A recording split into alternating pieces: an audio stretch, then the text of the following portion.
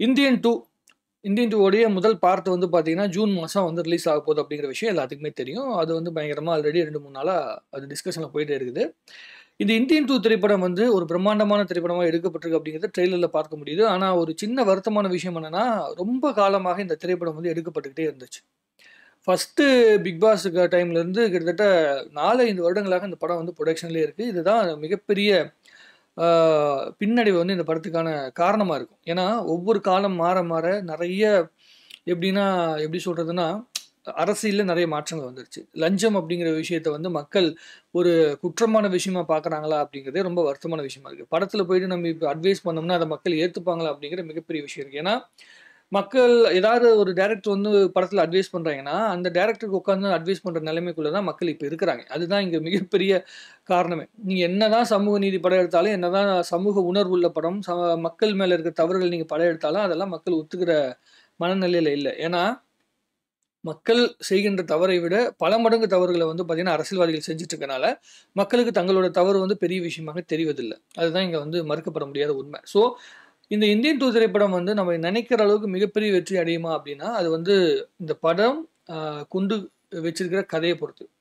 முதல் இந்தியன் 2 படம் வந்து மிகப்பெரிய இண்டஸ்ட்ரியல் ஹிட் ஆச்சே. கமல் சாருடைய கடைசி இண்டஸ்ட்ரியல் ஹிட் தான் வந்து பார்த்தீங்கன்னா, நம்மளுடைய இந்தியன் 2 அப்படிங்கிற திரைப்படம். அந்த டைம்ல இந்தியன் 2 படத்துடைய கலெக்ஷன வந்து படையப்பா வந்து பிரேக் பண்ணுது அப்படிங்கிறது தான் விஷயம்.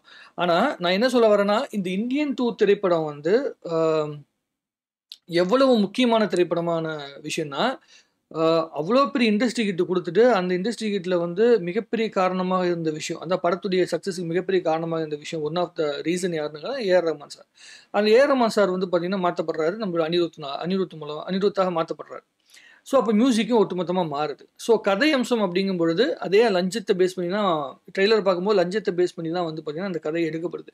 ஸோ, ரிப்பீட் கான்செப்ட் தான் வந்து இந்த படத்துல காட்டப்பட போகுது. அதுல இன்னொரு வருத்தமான விஷயம்னா டயலாக் தான். டயலாக் வந்து நம்மளுடைய சுஜாதா சார் தான் வந்து இந்தியன் படத்துக்கு டயலாக் எழுதினார். அப்ப இந்தியன் 2 படத்துக்கு வந்து சுஜாதா சாருடைய அந்த இன்ஃப்ளூயன்ஸ் இல்ல. அதுல வந்து சில டயலாக்லாம் இருக்கும். ரொம்ப அழுத்தமான டயலாக்லாம் சுஜாதா சார் வந்து ரொம்ப சர்வசாதாரணமா எழுதியிருப்பாரு. அவர் வந்து ஒரு சீன்ல நம்ம நிழல் ரவி சார் வந்து கொலை பண்ற சீன் ஒண்ணு வரும்ல இந்தியன் படத்துல. அப்போ ஒரு டயலாக் ஒண்ணு வரும். நம்ப நாட்டுக்கு சுத்தி இருக்கிற சின்ன சின்ன நாடெல்லாம் மிகப்பெரிய நாடா வந்திருக்கு. அதுக்கெல்லாம் என்ன காரணம் அப்படிங்கும்போது, அந்த நாட்டுலலாம் லஞ்சம் இல்ல அப்படின்னு சொன்னோனே, அடிச்சுட்டு அவர் சொல்லுவாரு, "அங்கெல்லாம் லஞ்சம் இருக்கு. அங்கெல்லாம் கடமைய மீறதுக்கு தான்டா லஞ்சம். இங்க கடமைய செய்யறதுக்கே லஞ்சம்." அது ரொம்ப ரொம்ப சாதாரண வார்த்தை கிடையாது. ரொம்ப ரொம்ப அனுபவிச்சு, ரொம்ப உணர்ந்தா மட்டும் தான் அந்த வார்த்தையே எழுத முடியும்.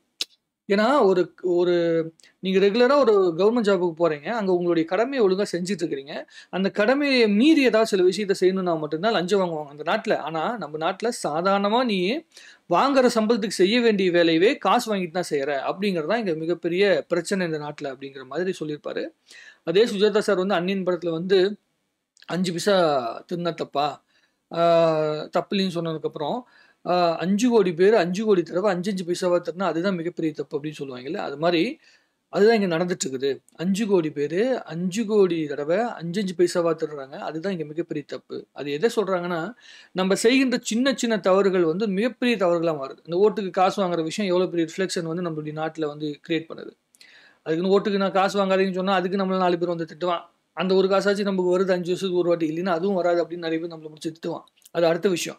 ஆனா, மொத்தத்துல நம்ம மக்களுக்கு இப்ப அட்வைஸ் பண்ணுகின்ற படத்தையோ, அந்த அட்வைஸ் பண்றத எவ்வளோ பிரம்மாண்டமா எடுத்தாலும், அத வந்து நம்ம ரசிக்கிற மனநிலையில இருக்கிறாங்களா அப்படிங்கிறது மிகப்பெரிய விஷயம் தான். நம்ம நெனைக்கிற மாரி இந்தியன் 2 திரைப்படம் வந்து ஒரு இண்டஸ்ட்ரி ஹிட்ட நோக்கி நகர்த்துமா அப்படிங்கிறதெல்லாம் நமக்கு தெரியல. அந்த படம் எடுக்கப்படுகின்ற விதத்திலயும், அதோடைய அந்த காட்சி அமைப்புல தான் நம்ம மிகப்பெரிய ஒரு அ ரசிப்பு தன்மையை நோக்கி நகர முடியுமே தவிர, மத்தபடி பெரிய இம்பேக்ட்ட கிரியேட் பண்ணும் அப்படிங்கிறது எனக்கு நம்பிக்கை இல்ல.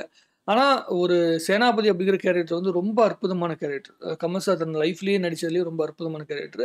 அவர் நேஷனல் அவார்டு வாங்குன கடைசி படம்னு கூட நெனைக்கிறேன். நேஷனல் அவார்டு வாங்குன திரைப்படம் இந்த இந்தியன் படத்துக்கு. ஸோ இந்த படத்துக்கும் அவருக்கு நேஷனல் அவார்டு கிடைக்கணும். அந்த அளவுக்கு நல்லபடியான கதை எடுக்கப்பட்டிருக்கணும் அப்படின்னு நான் நம்புறேன். ஆனா, காலம் தான் பதில் சொல்லணும். ஏன்னா, இப்ப எல்லாத்துக்கும் ஏகப்பட்ட காம்படிஷன் வந்துருச்சு.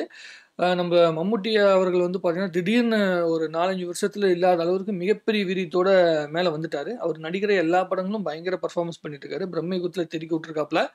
அ கண்ணூர் ஸ்குவாடா இருக்கட்டும், அதுக்கப்புறமேட்டு நண்பகல் நேரத்து மயக்கம்னு சம்திங் ஒரு படம். அந்த மாரி நெறைய திரைப்படங்கள வந்து அவர் பண்ணிட்டே இருக்காரு. வருஷம் வருஷம் 2, 3 படம் 2 படம், 3 படம் வந்துட்டே இருக்கு. கமல் சார் 4-5 வருஷத்துக்கு ஒரு வாட்டி ஒரு படம் பண்றாப்ல. அது வந்து விக்ரம் வெற்றிக்கு பிறகு இந்த இந்தியன் 2 வந்து உடனே அடுத்த 1 வருஷத்துக்குள்ள வந்திருந்தா மிகப்பெரிய ஒரு இடத்த நோக்கி நகர்ந்திருக்கும் அப்படின்னு எனக்கு என்னுடைய பர்சனல் ஒப்பீனியன். ஏன்னா அந்த விக்ரமுடைய வெற்றியை அப்படியே தழுவி அப்படியே இந்த வெற்றி வந்திருக்கும். இப்போ ரொம்ப கேப் விட்டுட்டாரோ அப்படிங்கிற தாட் ப்ராசஸ் என் மைண்டில் ஓடிக்கிட்டே இருக்குது. இப்போ அதுவும் இல்லாமல் அரசியலில் வேற தேவையில்லாத சில விஷயங்களில் வந்து அவர் இன்ஃப்ளூயன்ஸ் ஆனதுனால வெறும் ஒரே ஒரு ராஜ்யசபாக்காக மாட்டிக்கிட்டு அவர் படிக்கின்ற விஷயத்தை பார்க்கும்போது அவர் கமல் சாரை நம்ம வந்து ஒரு பெரிய ஒரு ஃபேமாக பார்க்குறோம். ரஜினி சாரையும் கமல் சாரையும் வந்து சினிமாவில் ஒரு மிகப்பெரிய அந்தஸ்தில் வச்சு பார்க்குறோம். ஸோ சினிமாவில் அவ்வளோ பெரிய ஹீரோவாக வந்துட்டு அரசியல் எவ்வளோ பெரிய ஜீரோவாக பார்க்கும்போது நமக்கு ரொம்ப பெரிய மன வருத்தமாக இருக்குது. ஸோ அந்த அரசியல் சம்மந்தப்பட்ட விஷயங்கள் வந்து இந்த படத்தில் ரிஃப்ளெக்ட் ஆகுமா அப்படிங்கிறதையும் நம்ம பார்க்குறோம். அதையும் நம்ம யோசிச்சு பார்க்கணும். ஸோ இது எல்லாத்தையும் திங்க் பண்ணி பார்க்கும்போது ஜூன் மாதம் இந்தியன் 2 படத்துடைய ஃபஸ்ட்டு பார்ட்டு ஒரு பேசிக்கான ஒரு இடத்த நோக்கி நகர்ந்துரும் அப்படின்னு நான் நம்புகிறேன்.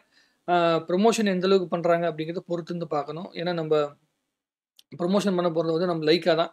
ஸோ அவங்க எப்படி ப்ரொமோட் பண்ண போகிறாங்க, நல்ல காலத்துலேயே அவங்க பயங்கரமான ப்ரொமோட் பண்ண மாட்டாங்க. ரெட் ஜெயண்ட் கிட்ட வந்து படம் இருக்குது அப்படிங்கிறனால ரெட் ஜெயண்டோட ப்ரொமோஷனை நம்பி தான் இந்த படம் வந்து போய் சேர்கிற இடமே இருக்குது. ஏன்னா தேட்டரே அவங்க கண்ட்ரோலில் தான் இருக்குது அப்படிங்கிற மாதிரி சொல்லிக்கிறாங்க. ஸோ பார்ப்போம். நம்ம வந்து போக போக அடுத்து வருகின்ற ப்ரொமோஷன்லாம் பார்க்கும்போது தான் நமக்கு சில ஐடியாஸ் வரும். அதை பார்த்துட்டு தான் நம்ம முடிவெடுக்க முடியும். உங்களுக்கு என்ன தோணுது? இந்தியன் 2 படம் வந்து மிகப்பெரிய வெற்றி அடையுமா, அடுத்து இண்டஸ்ட்ரி ஹிட்டாக இருக்குமா அப்படிங்கிற விஷயத்த வந்து நீங்கள் கமெண்ட்ல எழுதுங்க. நம்ம நிறைய பேசலாம். மற்றபடி வேறு என்ன இருக்குது? நீங்கள் தான் சொல்லணும். வாழ்க தமிழ்நாடு, வளர்க தமிழ் சினிமா. நன்றி, வணக்கம்.